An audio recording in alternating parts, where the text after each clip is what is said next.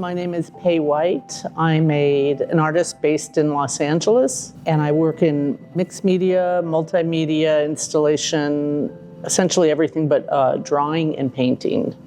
I think it's interesting being a part of this workshop because you have very intensive work days, but there's also the time to wander, which is one of my favorite things to do in any foreign city.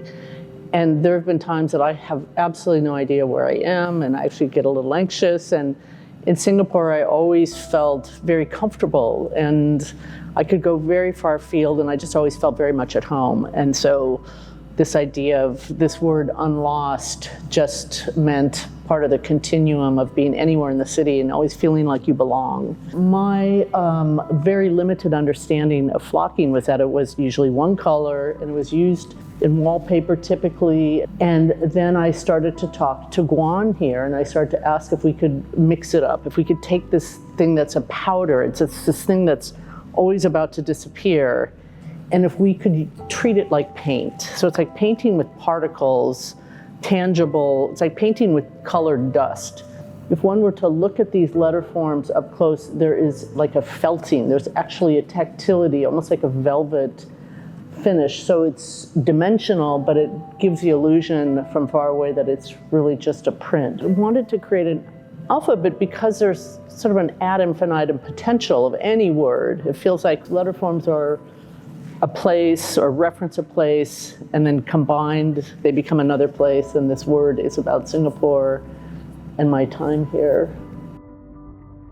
Well, this is a book that was done for my exhibition here, which consisted of many things, but included 3 books that I did with. 2 of them were using mulberry pulp, and one was using vegetables as kind of stained glass.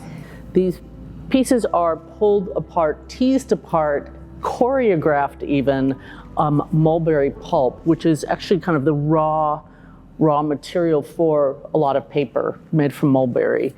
And this pulp bleached, so that's why I called it a white story, because then it's sort of framed by this paper that's, if you were to touch it, it's got almost like a rubbery, or the paper itself is very velvety. It's called touche. I think with any kind of typeface, there's considerations of momentum and movement, and maybe it's a sort of physicality that is referenced specifically in some typefaces more than others, but I think there's kind of a humanity that happens in this stuff.